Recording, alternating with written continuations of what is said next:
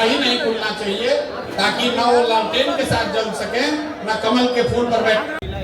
मुसहरों के नेता छुतहर माझी अगर आज के डेट में न्याय करवाए होते और न्याय किए होते अपने समाज के लिए, बेटा पुतो हो अपने लिए अगर नहीं मांग रहे होते वोट सपोर्ट, तो आज के डेट में नीतीश जी के पाँव का, लालू जी के घाव का, तेजस्वी के म्याव का, राबड़ी जी के छाव का, सहनी जी के पाँव का, नाव का और माझी जी के गांव का कोई जवाब नहीं।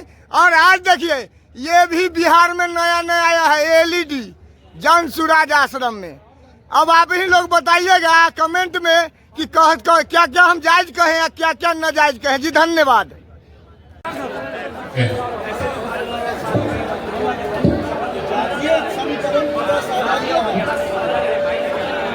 भाई ने बनाया है तो स्वाभाविक है, भाई के पीछे से कौन सरकार चलवा रहे हैं। सामने से नीतीश कुमार को मुखौटा रखा है। मैंने तो पहले कहा कि नीतीश कुमार शारीरिक रूप से फिजिकली टायर्ड और मेंटली रिटायर्ड हो गए, फिर भी भाजपा उनको कुर्सी पर बैठाई है, तो पीछे से उसके बदले में पूरा अपना सरकार की भागीदारी ले रही है। आप बताइए कि अभी जब 6 महीना बाकी है तो 7 नए मंत्रियों को बनाने का क्या फायदा, क्या मतलब है?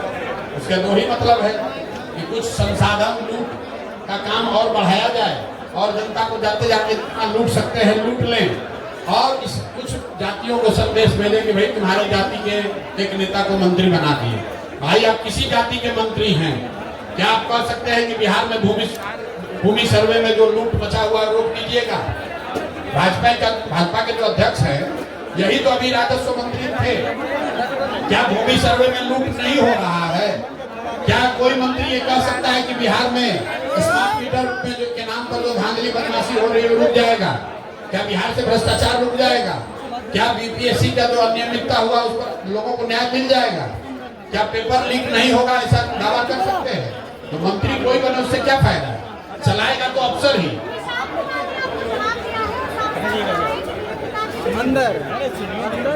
नहीं तो हमको क्या जवाब देंगे?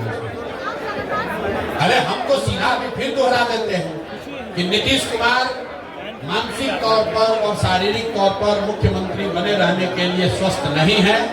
अगर स्वस्थ हैं तो और कुछ नहीं, कैमरे पर आकर बिना कागज देखे अपने मंत्री परिषद के साथियों का नाम और उनका विभाग बता दें। मैं अभी से पूरा अभियान वापस लेकर नीतीश कुमार के समर्थन में उनके लड़के की तरह हम भी खड़े हो जाएंगे।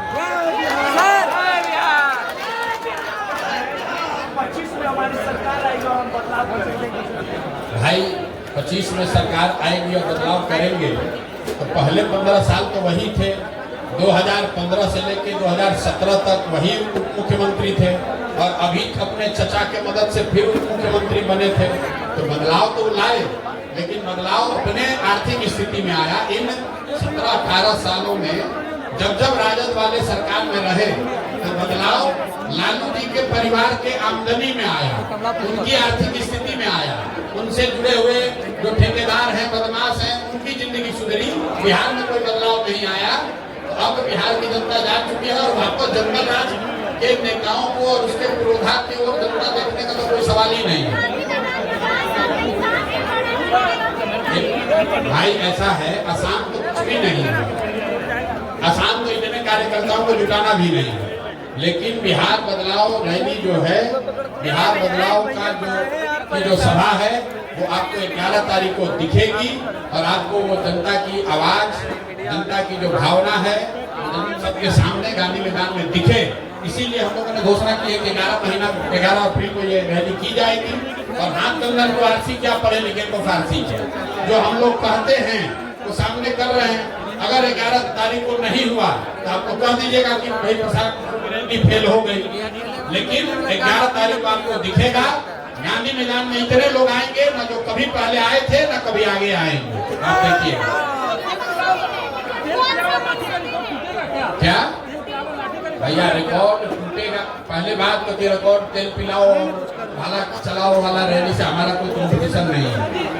ये सुनिए, ऐसा मैंने आपको कहा कि अभी तक की सबसे बड़ी रैली अभी तक का जनता का सबसे बड़ा जुटान 11 अप्रैल को आपको गांधी मैदान में दिखेगा। अब ये होगा कि आप कल से सुनिएगा कि सरकार द्वारा 11 तारीख को इनको परमिशन नहीं दिया जाएगा, लेकिन गांधी मैदान में 11 तारीख को हम लोगों ने ऑलरेडी आवेदन दिया हुआ है, परमिशन मिल ही जाना चाहिए। 11 तारीख को आधिकारिक तौर पर मैंने घोषणा भी कर दी है और जन स्वराज की सोच की, जन स्वराज के संगठन की, जन स्वराज के संगठन से जुड़े लोगों की और सबसे बढ़कर बिहार के लोगों की बदलाव की जो चाहत है वो आपको 11 अप्रैल को गांधी मैदान में दिखेगा।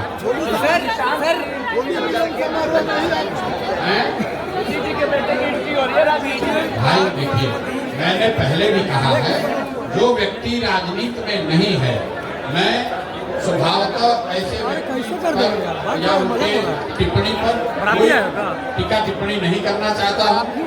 निशांत जी उनके लड़के हैं, वो राजनीति में नहीं है, किसका बनेगा, इसलिए मैं उनके कथन पर कोई भी टीका टिप्पणी नहीं करूँगा।